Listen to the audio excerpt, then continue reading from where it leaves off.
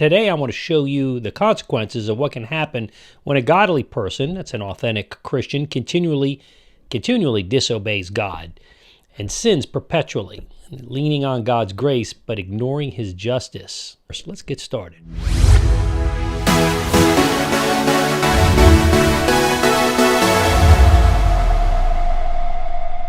Hey everybody, welcome back to Reason for Truth. I'm your host, Stevie Garofalo.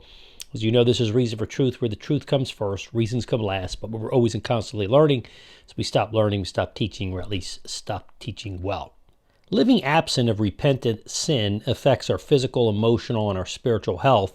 And listen, sin affects our relationship with God, turning the love that belongs to Him alone and points it inward towards ourselves. So when we reject God in favor of anything else in this world, it becomes sin. But the ultimate consequence for sin is rejection or rebellion against God. And this can lead to death, and physical death and spiritual death. So what do I mean by that? If saved as a Christian, even if you're a perpetual drug user, that sin can eventually cause you to overdose. There are occasions, very rare, where God may take your life before you sin further than you ought to. That's only in severe cases. But that's a fairly clear-cut example, speaking of death. What about those who are saved, but they just refuse to totally submit to God, dedicated seeking God's ways in life and taking their faith seriously? Well, that's what I want to look at today through the eyes of 1 Samuel chapter 28, where we find Saul actually doing the same thing. Somebody who's actually saved, going to heaven, but he doesn't seem to want to give it up, the control of life. He wants to do things on his own terms. That got him into a heap of trouble. So here we learn in 1 Samuel, again, chapter 28, we learn about the rebellious life of King Saul, who was put into the office of king over Israel against God's counsel by the request of the Jewish people. It wasn't Saul going into office that was against God's counsel. It's having a king to begin with that's not God. But they asked for a king, and what they did, God, he raised up Saul for them. He told them, well, this is what you asked for, this is what you get. You get a human king. With human king comes human flaw and sin. Leading up to 1 Samuel 28, Saul failed to listen to God's instruction to the prophet Samuel, ultimately doing what he wanted to do above what God wanted him to do, God's way. But the time we get to 1 Samuel 28, we find Saul repeatedly trying to murder David out of jealousy, selfish ambition, and the list goes on. As we read through today's entry, I want you to think about how you might do the same thing, the very same thing, in the limited time we call life. Because listen, we're all of us have the propensity to sin, and also to sin in this way with selfish ambition. And if we think about what happened to Saul, I think, and David, trying to kill David, I think we often say, man, that's just crazy. He was such a sinner. But break down what he's doing, the jealousy and how he's trying to go against David. How often might we do that, or have we ever done that? I think the surprising answer may be yes, maybe not to the degree that Saul, went after David, but certainly to a lesser degree, and maybe some cases to that degree. Picking up 1 Samuel 28, we find the King Saul, who is out of options, and he's in a dangerous predicament in light of the Philistines coming out to war against him in Israel. In verses 4 to 5, we find Saul in a panic because the Philistines were poised at a place called Shunem. It's 7 miles east of Megiddo. Megiddo, remember, is a place where the final battle of Armageddon will be fought. So the Philistines were at that location, ready to battle with the Israelites in the plain of Jezreel, and they had very highly sophisticated weapons for that period of time in history, and that they would use to crush the Israelites. This understandably terrorized Saul. So let's pick it up this passage in 1 Samuel 28:5, which says this: when Saul saw the army of the Philistines, he was afraid and his heart trembled greatly. And when Saul inquired of the Lord, what happened? The Lord did not answer him, either by dreams or by the Urim or by prophets. Well, there's a good reason for that. We'll get into that. But then Saul said to his servants, seek out for me a woman who is a medium. Oh boy, that I may go to her and inquire of her. 1 Samuel 28:5-7a. Remember, mediums are like spiritualists. Man, you're dealing with the dead, the occult. You're dealing with the demonic world. That's how desperate that Saul had gotten.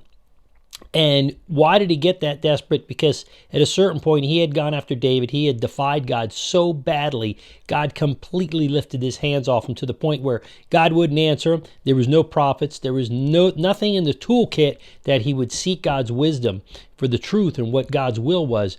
God was just absent there. So what does he do? He goes to a demonic. That's how desperate he got. Tried to raise Samuel from the dead, going to a medium. And we'll read what happens here. But what's going on is that it's God had left King Saul, in a nutshell, to his own devices. That's the name of this title of this talk, because Saul was repeatedly rebellious again and disobedient to the Lord. Saul did what he pleased.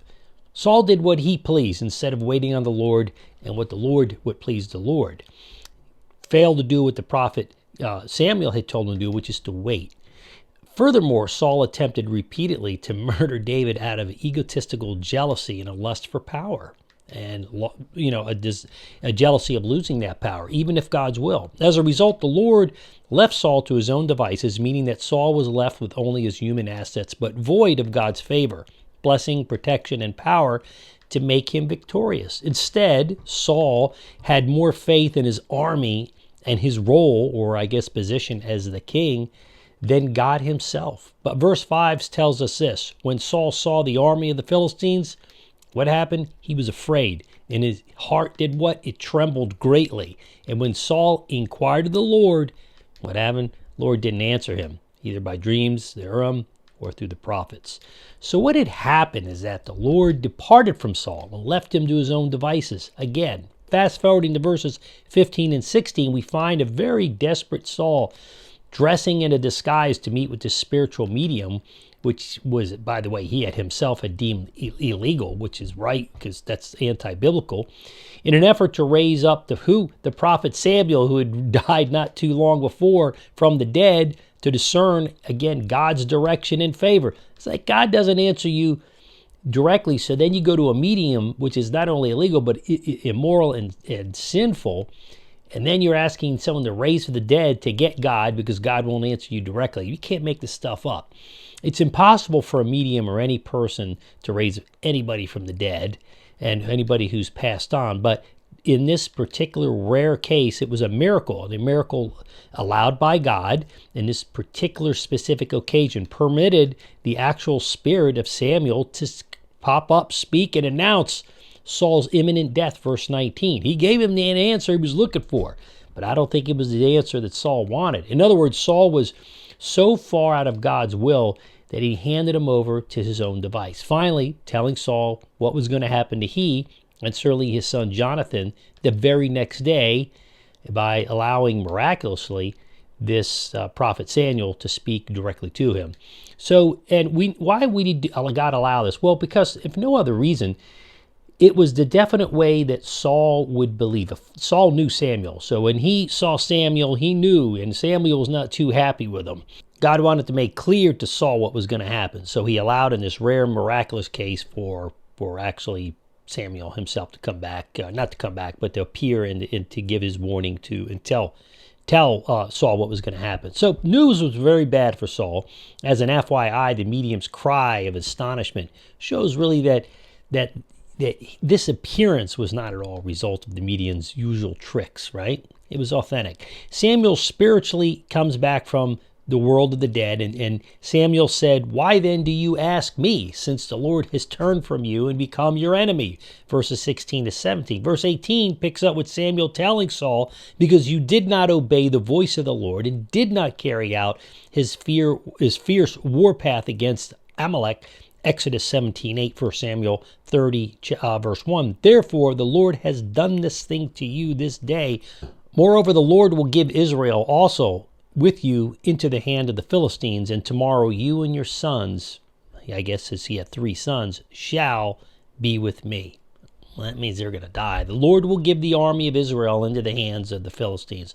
Verses 18 and 19. Remember, when David was on the job, that didn't happen. God blessed him, always gave him the victory. The central point is that Saul was so disobedient and defiant of the Lord that he brought God's judgment on himself, his military, and the Israelites. And the Lord literally turned from Saul and became his enemy. and the enemy of the Israelites. Unbelievable. Moreover, the Lord point blank tells Samuel that the game of defiance was over, and that it sadly predicted his death. I mean, can you imagine saying, well, tomorrow you and your sons are going to die? The point is that to defy God leaves us to our own devices. We tend to think God's judgment is just, kind of proactive, like pain, fire, and we think of Sodom and Gomorrah or the Great Flood, but more often than not, that's not the case. More often than not, it actually comes in the form of God just withdrawing his hand of blessing and power, protection, victory, even in times of war. So verse 5 makes clear that the consequences of Saul's leaving God in turn, by the way, left Saul on his own and to his own devices. So Saul was afraid of forthcoming battle, and that's why his heart trembled. He knew the truth. He knew what was going to happen. He believed. He knew it was Samuel that came back, and he knew what God was up to. That was it. His fuse had burned all the ways down, and that was it. Saul's persistent disobedience had left him completely without confidence in God's presence, God's protection, and his life as his role as a king, period. But in verse 6, in the midst of the fear and anxiety, Saul inquired of the Lord, but there was none that came. What had happened is that Saul became so depraved and desperate that he ended up going to see a medium in an effort to bypass God. We talked about that. And it's understandably he was terrified. But to Saul's credit, listen, he first sought God's counsel through the several valid means. Got to give him credit for that. That's the Urim. You can look that up, through dreams and through prophets. Now, all he really had left was being a bad king. He didn't really have any real prophets. Remember what happened? He killed the priests and, and murdered them all, had them all murdered. There was no good prophets left. But the Lord did not speak to Saul through any of those means because he had already departed from Saul. So, 2 Chronicles 20:15 says, and he said, listen, all Judah and the inhabitants of Jerusalem, the king Jehoshaphat, thus says the Lord to you, do not be afraid, do not be dismayed at this great horde. And he said, listen, all Judah and the inhabitants of Jerusalem and King Jehoshaphat, and thus says the Lord to you, do not be afraid, do not be dismayed at the great horde, for the battle is not yours, but God's. 2 Chronicles 20:15. This is where society and many authentic Christians, saved Christians, are at today. They've so departed from God that they can't find the door to get them out of the lost dark culture and into the light of God. Much of the world and church have forgotten that the battle is the Lord's and not theirs. Romans 8:31 says, if God is for us, who can be against us? We forget that all too often. In closing, it's important for us to remember that both Saul and his son Jonathan and his two other brothers at least I know Jonathan and I know Saul, they were saved. Right? I guess all his brothers were saved because they all were with God. God said, hey, Samuel said, through God told him, you're going to be with me tomorrow. In closing, it's important for us to remember that both Saul and his sons were saved and going to heaven. Verses 18 and 19 says, tomorrow you and your sons will be with me. The Lord will give the army of Israel also into the hands of the Philistines. Verse 18 and 19. It is a sad, basically saying, hey, Saul, you're going out, and the Israelites, all the people, all the men that fight underneath you, they're going to get beat down by them, killed by the Philistines. This clearly shows us that even those who are saved, while they can't lose their salvation, can lose their blessings, can lose their protection and victory if they depart from God and go their own way. As a result, the battle in their own life and life mission becomes lost, defeated by the evil world. Why? Because sometimes even Christians defy God, become depraved, and as a result, God leaves them to their own devices. That's my talk for you today. The Bible's full of lessons. I try to do that every week, and I hope this has been helpful for us to think about in terms of making sure that when we stray, and we all stray, that we bring it back sooner than later so that we don't get to the point of Saul, because depravity tends to exacerbate itself. It tends to metabolize itself, it tends to multiply itself or expand out if we don't get it early. So let's make sure that we're seeking God daily and we see ourselves straying off the path. That's where it's good to have iron sharpens iron with with accountability, and also your spouse, husband or your wife, help you keep you online. All right, that's all I got for today. Let's make sure we check out our other videos, all kinds of good stuff. Check out equippedacademy.com. Yeah, we have now live training going on. You can get certificate courses there. You don't want to miss that. Check that out, equippedacademy.com. Make sure you subscribe. Boom! Hit that alert bell down below. Call that the Gancio Sinistro. It's Italian. Bam! Sicilian right up. I appreciate you guys tuning in. Listen, we'll see you at the next video. I'm your host, Stevie Garofalo. This is your Reason for Truth for today.